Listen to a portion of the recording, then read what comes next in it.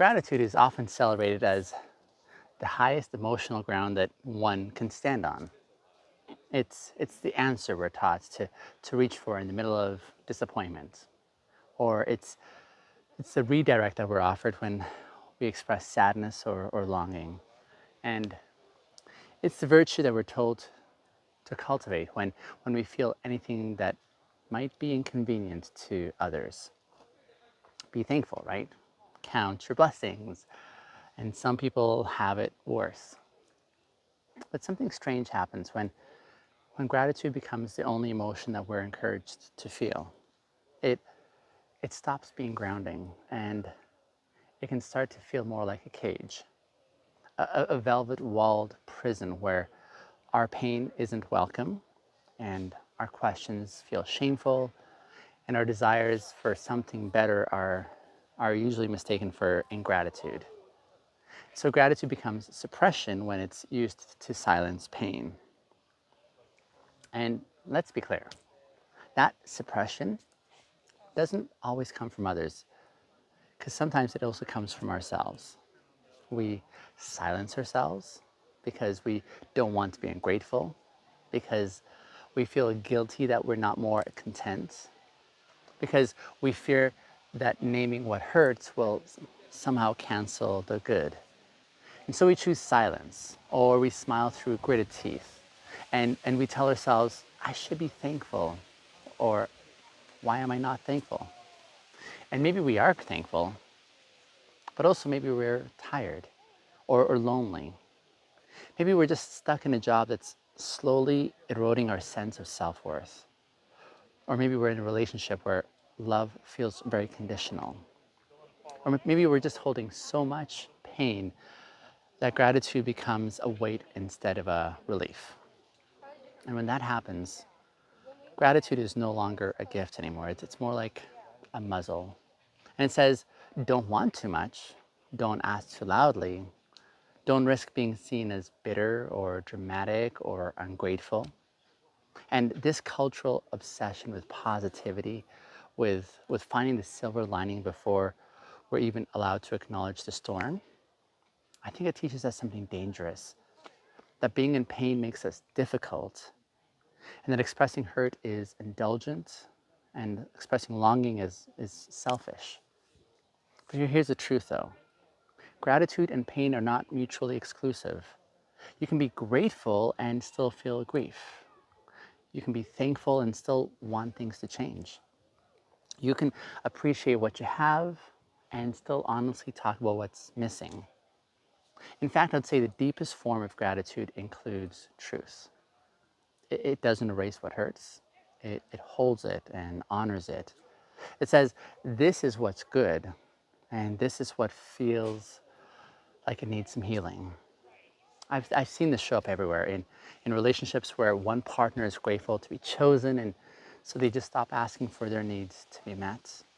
In workplaces where people just feel lucky to have a job, and so they tolerate disrespect.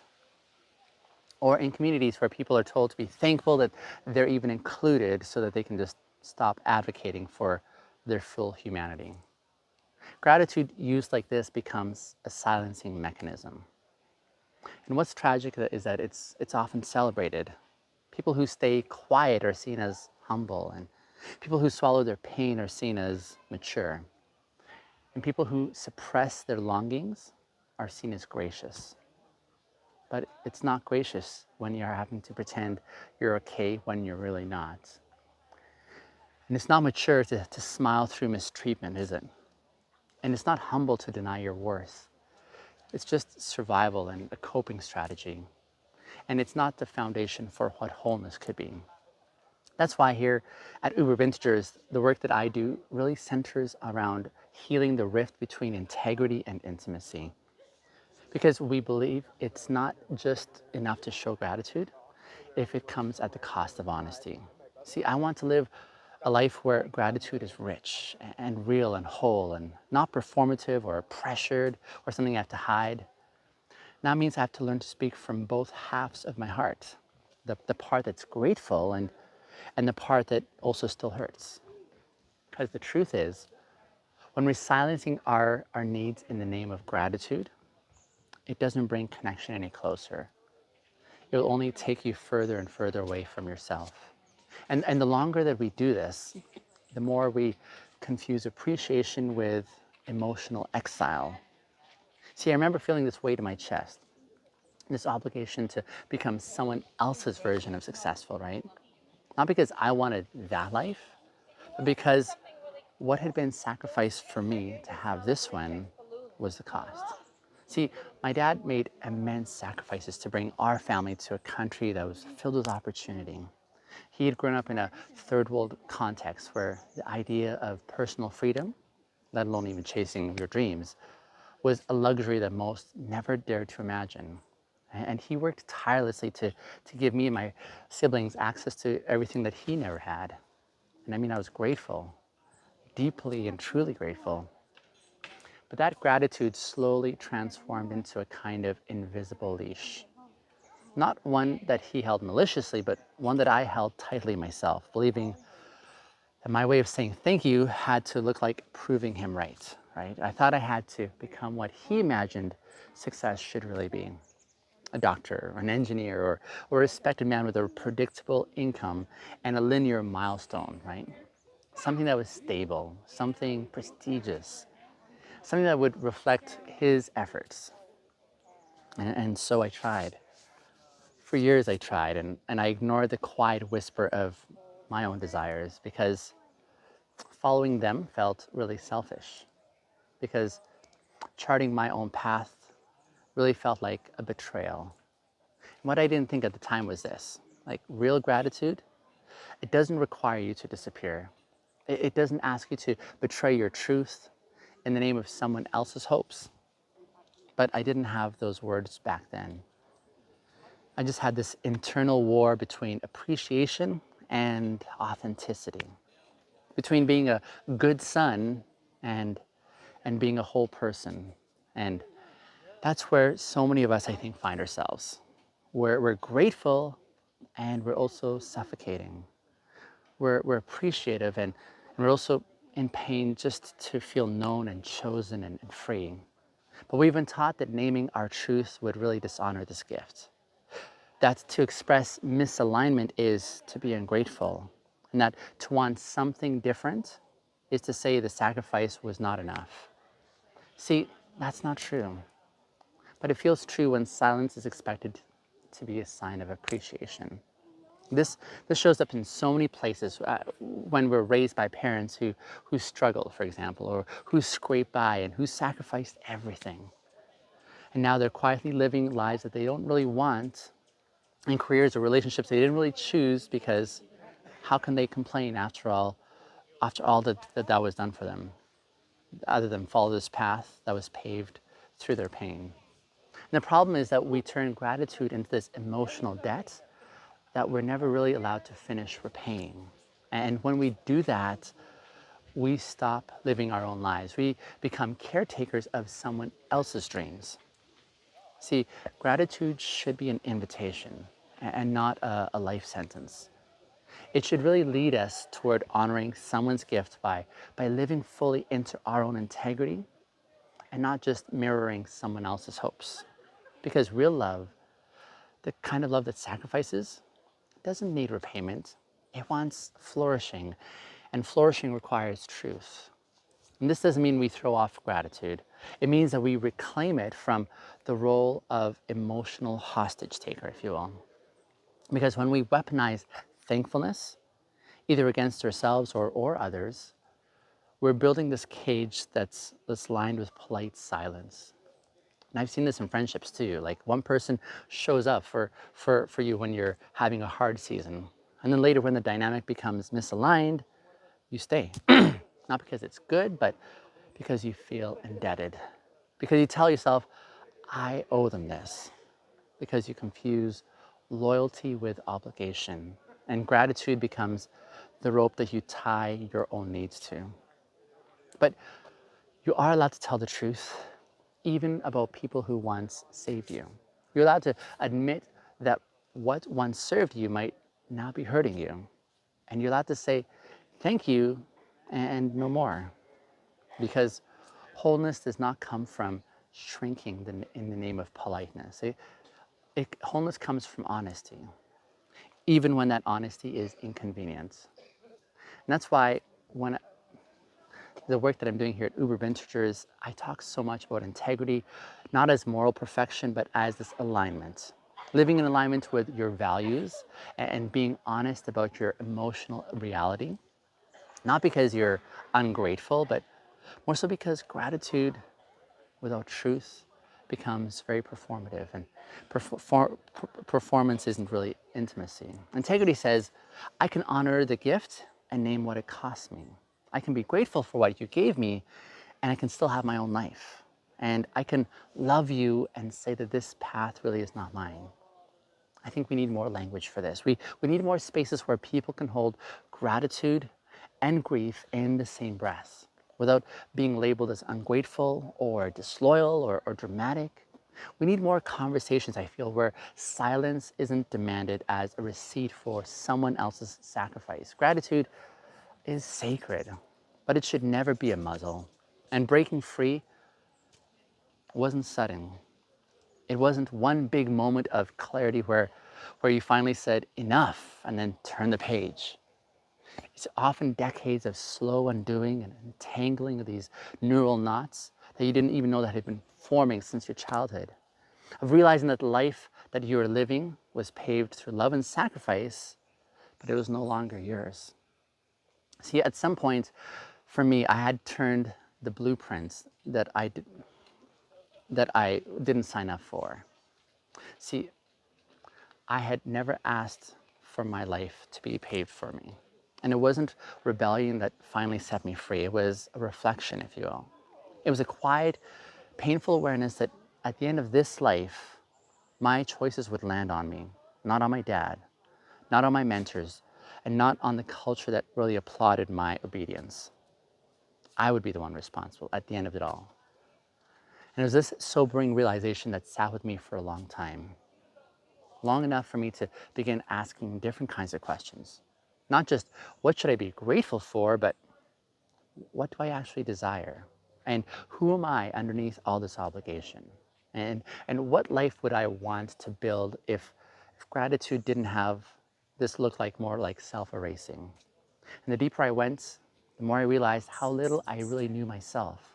I'd built my identity around being responsible and loyal and being the son who didn't squander or disappoint and erase what had been given to me.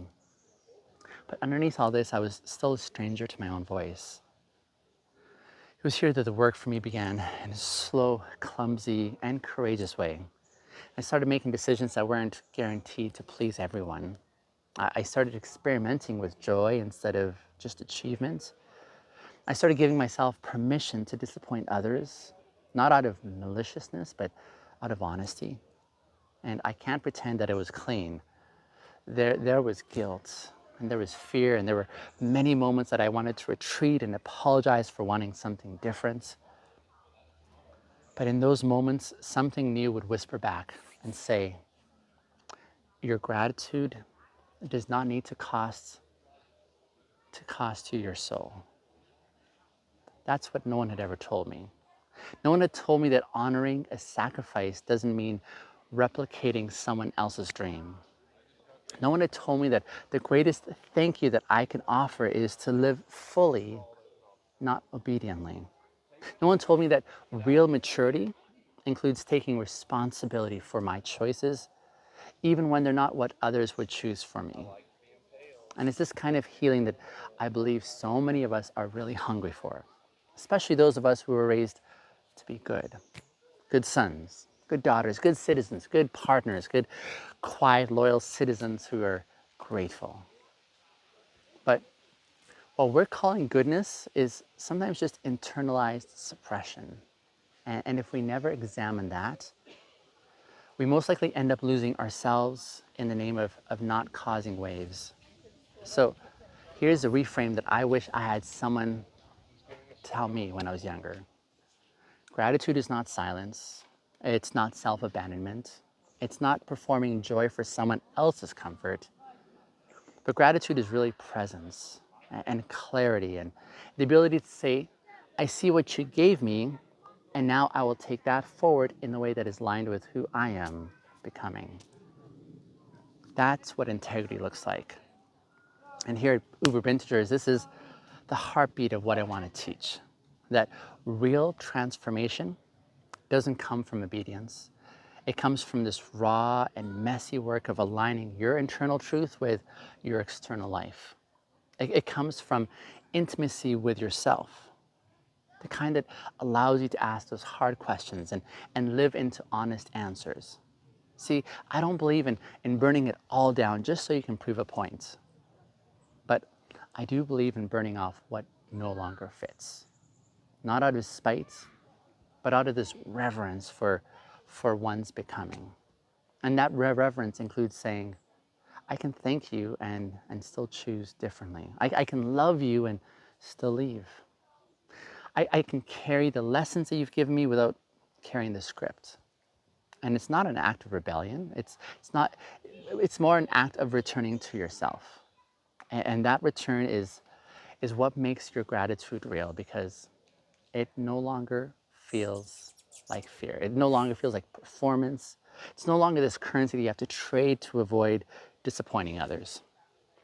And it becomes something deeper, something grounded and embodied, and this appreciation that lives in your actions and not just in your apologies. See, that's when gratitude becomes sacred again, when it sets you free instead of binding you tighter. So, if we want to live in this world where gratitude heals instead of if harms, we have to know how to teach it. Because right now, gratitude is often introduced to children as a tool for social compliance.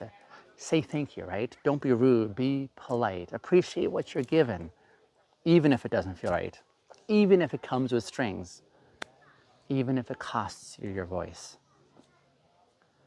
But that's not gratitude, that's obedience, that's performance. And we learn this very early, don't we? We're praised for smiling through discomfort. We're praised for accepting what we're handed, even if it wounds us. We're praised for minimizing our needs because someone meant well. And by the time we're adults, that wiring is so deep. We conflate emotional honesty with ingratitude, and we confuse having boundaries with being ungrateful. And we silence ourselves in the name of gratitude because we were never really shown another way, were we? So, what do we do? What would it look like to teach gratitude differently? What if instead of rewarding silence, we celebrated honesty? What if we raised children to say thank you, not out of obligation, but out of a deep awareness of the gift? And also gave them permission to say when something really doesn't fit. Imagine a culture where gratitude included the full story. Thank you for the opportunity, for example. I'm also feeling overwhelmed. Can we talk about this? Or, thank you for what you gave me. I'm still hurting and I want to be honest about that. Or, thank you for showing up, but I also need space right now and I hope you understand. I think that's what we've lost, the gratitude and clarity, appreciation and boundaries, and thankfulness and truth. We've tried to force gratitude to cancel the pain, but real gratitude really makes space for it. It doesn't say you shouldn't feel that. Real gratitude says you're allowed to feel everything and still notice what's good. See, this matters not just for our personal healing, but for our families, our communities, our relationships, our workplaces. Because when we build cultures where gratitude demands silence, we're building these environments where people feel disconnected from themselves just so that they can belong. And belonging bought at the cost of self-abandonment isn't belonging at all. It's emotional exile with a smiley face sticker on top of it. See, I want to live in a world where gratitude is real, not rote, not rehearsed, not manipulated. I want my kids and yours to grow up knowing that saying thank you doesn't mean saying yes. to the things that hurt them. And I want to learn that honoring sacrifice doesn't mean inheriting someone else's life plan. That receiving help doesn't obligate them to emotional silence. That appreciation doesn't require emotional shrinking. And I want adults, especially those of us who have lived under this weight of inherited expectations, I want us to be able to say, I'm thankful for the road that brought me here, and I reserve the right to walk the rest of it on my own terms. That's the kind of gratitude I believe in. Gratitude that's fierce and fluid.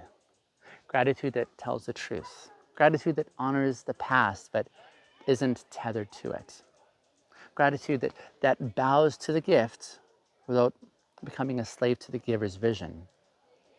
And here at Uber Vintagers, I believe this kind of gratitude is not only possible, it's necessary, especially if we want to live lives that are marked with integrity and intimacy. I believe in teaching people to stay connected in themselves while staying connected with those they're in community with. And that requires gratitude that doesn't muzzle truth, but makes space for it. That allows your thank you to be real because it was paired with freedom to say what else is true. So here's my invitation.